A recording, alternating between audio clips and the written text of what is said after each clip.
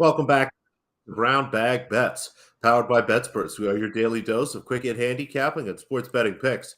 I'm Alex Christensen, and joining me as always on Tuesdays, Mr. Matthew Rooney. Andy's over talking about golf. Is it a big golf tournament this week? I think. This is a fun one. This is the match play, the WGC match Oh, play. that's So right. you only get a We talked couple about of that those a year, yesterday. the one a year, one maybe 2 year. This one's always fun. It's a WGC event, so there's always a really good field in it. And yeah, we're still in the ramp up to the Masters, so that's even nicer. And speaking of things I don't pay attention to a lot, they're playing baseball, and They are. there's some sort of classic. What is this? Is You like know, baseball's World Cup? yeah, We it's the did this World once a long Baseball. time ago, didn't we? I believe this is every 3 years. Dan might be able to correct me if I'm wrong there, but I think that's what it is, every 3 years. And this is probably the most popular I think it's been. I remember the U.S. won it last time too in a I forgot who they played, but I think I want to say like Adam Jones hit an important home run late to give him a win. It was like cool, but I don't remember it getting this much attention, this much emotion, this much excitement.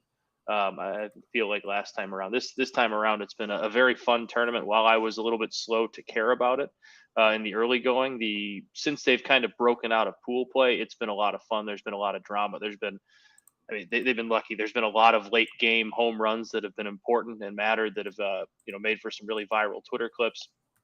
And it's just been a really fun tournament. Now that the players are kind of getting warmed up, now they've been at spring training, so they've been getting loose, but really, pool play, it's kind of their first real game play for a while. And now that they're kind of getting warmed up, getting into the swing of things, it's been a lot of fun. It's been a lot of fun the last few days. And we have a final tonight. The U.S. is in it, America. Yeah, it also feels like every victory has been a comeback victory. Like every time it's on my timeline, it's somebody hitting some sort of walk off. I mean, Japan late last night came back Yep. and won late. The USA, I mean, we just signed Trey Turner, we being the Philadelphia Phillies. So heard a lot about his excitingness. I mean, has every game just been a comeback victory? Is this nuts? The U.S. beat Cuba in the semifinals pretty good. It was like 14-2. But yeah, before that, I believe it was Venezuela that Trey Turner had their U.S. was down 7-5 in the top of the eighth, and Trey Turner just absolutely nuked a grand slam on an 0-2 count to give the U.S. a 9-7 lead and then an eventual 9-7 win. That was the clip that really kind of it had been important, it had been popular, but that was the clip I think in America that really turned a lot of heads and got people really all on board with it. So the USA is in the final. Who are we playing? We're playing Japan. Japan, like you said, the clip you World saw War last II night rematch. was the clip you saw last night was their walk-off home run against Mexico, who was I did see that. Mexico had a very impressive tournament, good baseball team. I think they were a little bit of a surprise to have made the run that they did. I think teams like the Dominican, Cuba were favored a little bit more highly than them, but they made a great run. They had a lead in the ninth, and Japan just ended up hitting a walk-off homer. Then now we get to see the drama of Mike Trout and Shohei Ohtani finally playing some meaningful baseball. Only this time, to the probably dismay of Angels fans, it's going to be against each other and not an Angels uniform. They're going to go at it tonight. Ohtani is not starting, but I believe they were saying there's a chance that Ohtani could come out of the bullpen or be in to close the game in a safe game situation, which would be. And could you imagine in the ninth if it's a tie ball game or Japan's got a 1-run lead and Ohtani's pitching to Mike Trout with 2 men on? That would be fantastic theater. So how would that work? Is he a DH? Is there a DH in this thing, or the pitcher's bat, or I believe it's similar to the Major League Baseball where you can DH, but you can also choose to forego the DH and have the pitcher hit as well. But yeah, DHs. Exactly. They DH with the exception of Ohtani here and there. Right. That makes sense. All right. So the U.S. is playing Japan. What's going to happen here? It looks like you're expecting just fireworks here. I'm Who's expecting pitching? some What's runs. the deal here? That's part of why I'm expecting some fireworks for the U.S. It's Merrill Kelly, who he's a fairly average pitcher. As good as Team USA's lineup is, their pitching staff is not fantastic. It's not bad, but it's not fantastic. The lineups are both better than the pitching. So I'll start at the bottom here, and I'm going to go patriotic, and I'm just going to take the USA money line at -130. We're gonna lift the trophy, as they say in the World Cup. I'm taking USA to lift the trophy at -130, win back-to-back World Baseball Classics. So give me them over Japan, and then I'm going to go with both teams to score 5+ runs in this. We're just talking about I don't really like the pitchers all that much, and if you look at some box scores here, U.S. has scored 14 runs, 9 runs, 3 runs, 12 runs, 11 runs, so 4 of their last 5. Japan has scored 6, 9, 7, 10, 13. So they're scoring a lot of runs as well. I like both teams to get theirs, especially with the pitching matchup tonight. And then we're going to go with Mookie Betts, Mike Trout, and Kyle Schwarber all to record a hit at plus 205. This is, I believe it was on Bovada. They had some really fun kind of combo props like that. I see those names. I see Mookie Betts, who's going to hit leadoff. I see Mike Trout, who's going to hit second. Those are two of arguably the best hitters in the world right now, going to get the most at bats of anybody in this baseball game. So I want them to figure out a way to get a hit. And then Kyle Schwarber, who I believe is hitting fifth. He's been hitting fifth. Yeah, it's been Goldschmidt, Arenado, Schwarber. So I think Schwarber will be hitting fifth again tonight. He's just a guy that seems to come up with big hits and big moments. So give me him as well. He's had a pretty nice tournament. He had an absolute bomb of a home run. I believe it was in the opening game of the World Baseball Classic as well. So give me those three guys to record a hit at plus 205. And yeah, we're gonna go with runs, hits, and America. I think that's the American way to play baseball. We score a lot of runs, we get a lot of hits, we win baseball games. We dig the long ball. I like this quite a bit. This should be fun. Very patriotic. And speaking of things I like, we're going to Miami, Matt. I was gonna say patriotic. We got another tournament in America. We're going to party. Unless this is some foreign Miami that I don't know about, and there's a second Miami, which is very possible. All right, you Google and try to figure out whether there's a second Miami. I'll Google alternate Miamis. Yes, alternate Miamis, and I'll talk about outrights here for a little bit. Unfortunately, the tournament apparently it started today. I thought round one started tomorrow, so you'll be able to get these a little bit later. But two outright bets I did place early this morning. Again, should be around, and I don't expect the price to move too much. I don't believe either woman is playing today, so shouldn't be that big of a deal. And we're going to go back to the well here with Paula Bedosa, Paula Bedosa, sorry. 80-1 again this week. And just a player that, unfortunately, it looks like we're going to have to go through right back in again in that same kind of third round match. We'll see how that goes. I mean, Bedosa was very close to winning that match. You look at the scoreline and the stats, it was really very close. And Iga Swiatek, not 100%. So although Bedosa is sitting in that quarter, one of the three best players in that quarter and pretty close to the top two. I think 80-1 is kind of nuts. If she makes it through there, is probably a favorite all the way through to the final, depending on who's there. And then Ludmila Samsonova, another player that can get hot at a moment's notice. And the way this draw sets up, the first and fourth quarters are ridiculous. In the first quarter, you've got Iga, Rybakina, and Samsonova. You go down to the fourth quarter, you've got Sabalenka, you've got Krejcikova, Kudermetova's down there, Caroline Garcia. So you try to want to avoid those. You look at the second and thirds, not a lot of names honestly stick out. It's a pretty messy tournament from an outright perspective. But again, Ludmila Samsonova sits right there in the bottom of that second quarter, has a great chance to advance through, and is the type of player that can really peak and beat some of these better players. So both women kind of like their spots, really like Samsonova's spot a lot. I'm curious to see how this goes. I mean, she was someone that was favored to win tournaments, 2 months ago at this point, and really hasn't been playing that poorly. So two big numbers. We'll put a little sprinkle on either one of those. And again, that should be good when things start up a little bit later. But there is tennis this afternoon. So first round bets, again, a few matches underway. Nothing really stuck out to me in kind of these early group.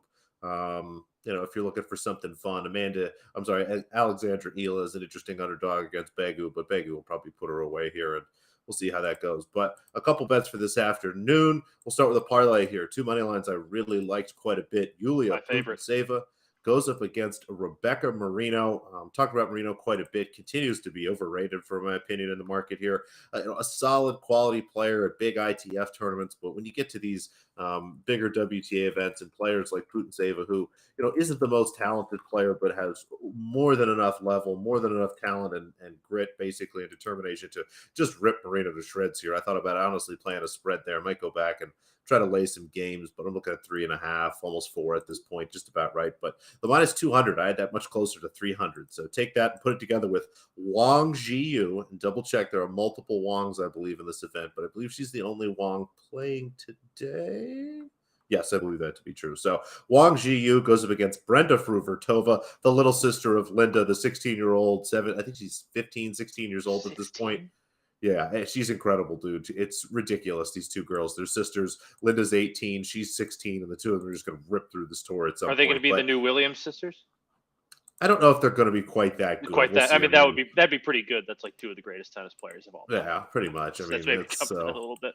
I don't think I could say they're that good, but I expect them to be winning multiple tournaments at some point, but not quite yet. Wang Zhiyu, the much better player. I think getting some value here because Wang has struggled to win matches, but has gone to 3 sets in her last, I believe, 4 losses, all against players better than her. So finally has a chance here to go up against somebody that she should be able to overpower. She should be able to have the level for it. As good as Brenda can be, and as good as these slow courts are possibly for her, the power from Wang today should be plenty. Put the two together, you get plus 155.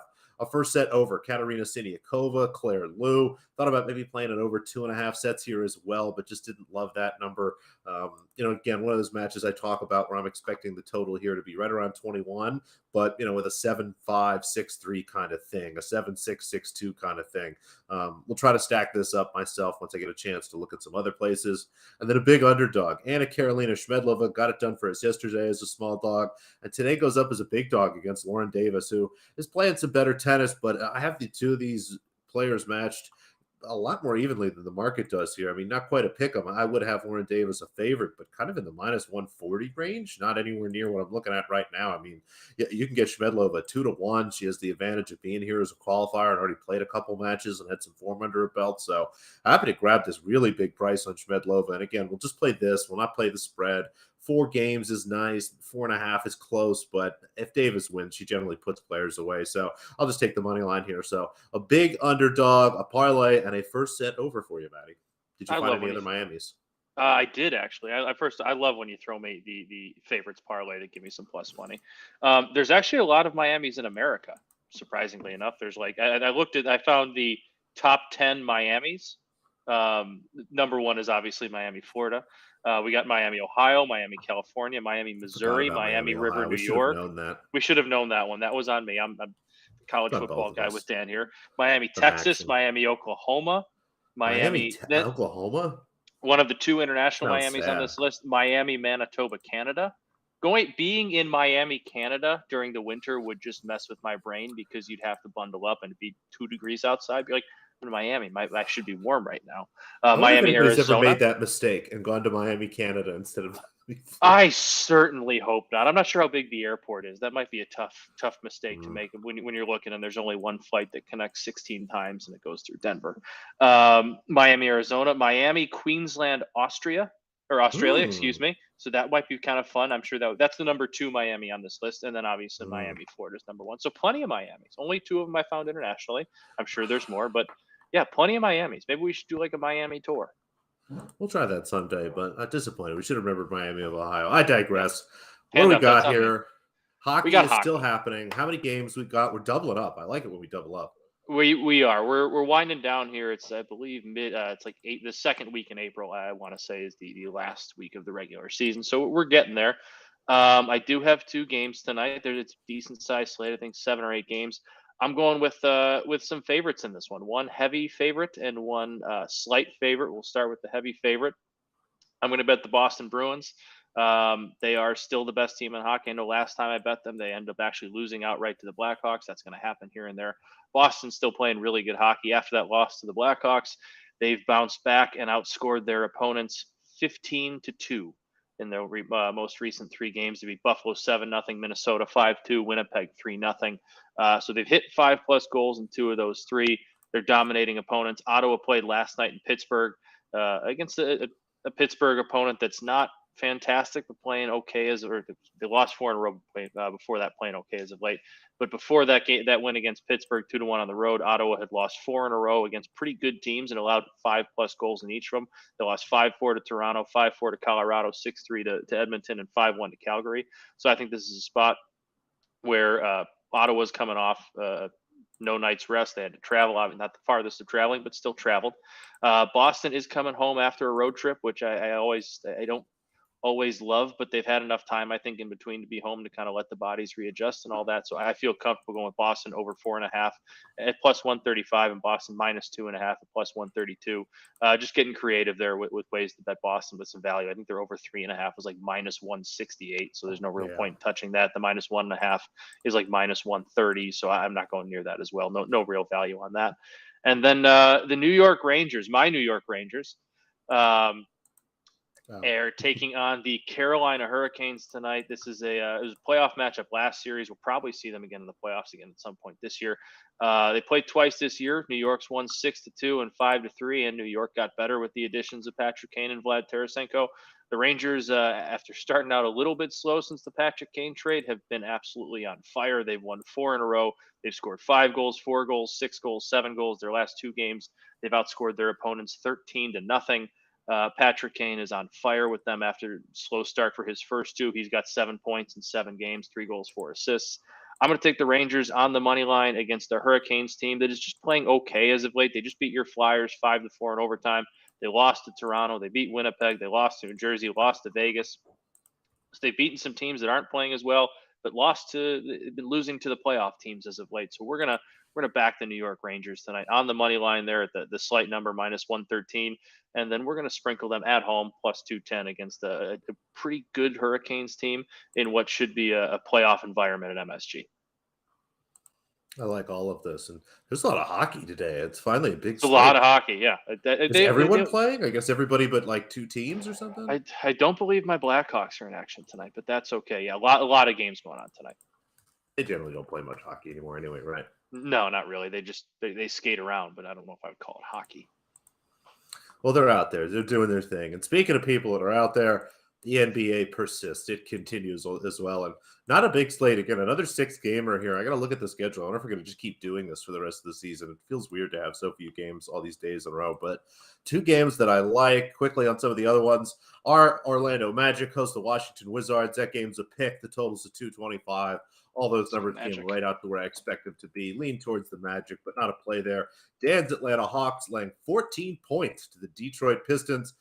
Lean towards the Pistons. I had this closer to 10, but it's so hard with some of these big spreads at the end of the year. And as bad as Atlanta's been as a favorite, they've been much better at home. Detroit, this is a really bad spot for them, so we'll skip that one. The Pelicans, 13 points against the Spurs. Again, I show some value on the Spurs here, but haven't been nearly as good on the road. The Pelicans starting to put it together finally, so we'll skip that one. The Sacramento Kings, 5-point underdogs against the Boston Celtics. Should be a really fun game, but again, everything kind of came out pretty close. Lean towards the Kings, maybe an overplay there, but again, all those numbers look good. The 2 lines that look a little bit valued, look like some value to me. We'll start the Cleveland Cavaliers laying 3 points at Brooklyn. They play a 2-game series here. Both games will be in Brooklyn. They come in with 2 days off, should be really rested. Jared Allen is questionable, and with or without Jared Allen, I have the Cavaliers much bigger favorites. Dorian Finney-Smith is questionable tonight. The Brooklyn Nets have really struggled against teams that have the defensive capability of what Cleveland does. And although Cleveland's been much better at home, they've been great as favorites this year. They really do a good job of beating and putting away all the teams that they generally should. And this Brooklyn team is just a level below them, if not 2. Really like Cleveland tonight. Had this closer again to 4.5, 5 without Jared Allen. If Allen's in, it should be closer to 6, maybe 6.5. It should be a really nice play here. And we'll see if Allen's in or not. Either way, I really like this -3. Still widely available. Should be able to scoop that up. And then the Oklahoma City Thunder. They're now 7-point underdogs against the Los Angeles Clippers. I'm just going to keep betting the Thunder. I don't know what the market has been so slow on this team. They're just good. This is just a good basketball team. And anytime they're going against a team, like the Clippers, that doesn't necessarily have a star big man to attack down low, who doesn't really have guys that attack the rim a lot, and they don't. It's guys mostly try to do a lot of combo scoring, kind of mid-range stuff, shoot a lot of threes, but not a lot of guys that attack the basket. So the Thunder have great perimeter defenders, as I've said before. Shai Gilgeous-Alexander is fantastic, and it's a little revenge spot. The Clippers are the team that sent him out so they could bring Paul George in and put this whole mess together. So a nice little cherry on top of a game that I have the Clippers only 3-point favorites here. So I like the Thunder quite a bit. Might go in and sprinkle the money line a little bit later, but should be a really nice spot. So 2 bets I like quite a bit here. The Cavs -3, Thunder +7. Again, Cavs -4 would be fine. Thunder +6 is fine. So plenty of room here, but these numbers widely available. I like it. I think I said this last time too, but it feels like every time we're on this show, you're betting on the Thunder, and that just speaks to the value they've had this year. I do need to ask: Did you have anything on the Bulls Sixers last night? We finally beat Joel Embiid. Just my eyeballs and sadness. Yeah, that was it was fun to win that one, but that was not a very good basketball game. It kind of seemed like nobody really wanted to win it. The Bulls made some nice defensive plays there, especially in the overtimes, but for the most part, that just seemed like a game that neither team wanted to run away with and take. I'm just so mad that your Bulls are now finally good. I defended them all year. I said all off Let's season, like they're we're clearly better with Lonzo. But we're like not gonna this call. is it. Like, why does this? Ugh. I'm not gonna say good. They're not good yet. They're probably They're gonna get not themselves to bad, and play in not that. bad is fine. Like again, you Yeah, guys are gonna fine, end up but fine. playing. They'll make the play, and they're finally starting to play a little bit better. We might have a Hawks Bulls playing game. Fingers crossed, That would kids. that would be fun. I think me and Dan would have to take over the show for that day. But it's still mind-boggling to me that after almost 2 years, Levine and DeMar can't seem to figure out how to play together late in games. They figured out how to do it kind of throughout most of it, but then you get in the 5 minute mark in tight games, and it's just one of them has the ball and everybody spreads out and they just go ISO, and it's just back. They trade off possessions, and it's like nobody else wants the ball, wants to go near the ball, wants to move. It's frustrating, wildly frustrating. But You they got a won, goal so we'll take scorer it. in this. You got a goal scorer for the Bruins here for Cougs. Oh man, I don't know have the odds right in front of me. I mean, you can never go wrong with Pasternak, David Pasternak or Brad Marchand. I know that's an easy layup of an answer. They probably don't have that great of odds, but if they're going to score a lot of goals tonight, which I think they are, those two are probably safe bets. I can dig it. All right, good stuff. No random soccer for us to pick. I double checked and made sure nothing going on Bummer. there. But we got baseball, we got basketball, we got tennis, we got hockey, everything you could possibly want. Thanks everybody for watching. Great job in the comments. Give us a thumbs up, a like, all that good stuff. And we'll be back tomorrow with some hump day action.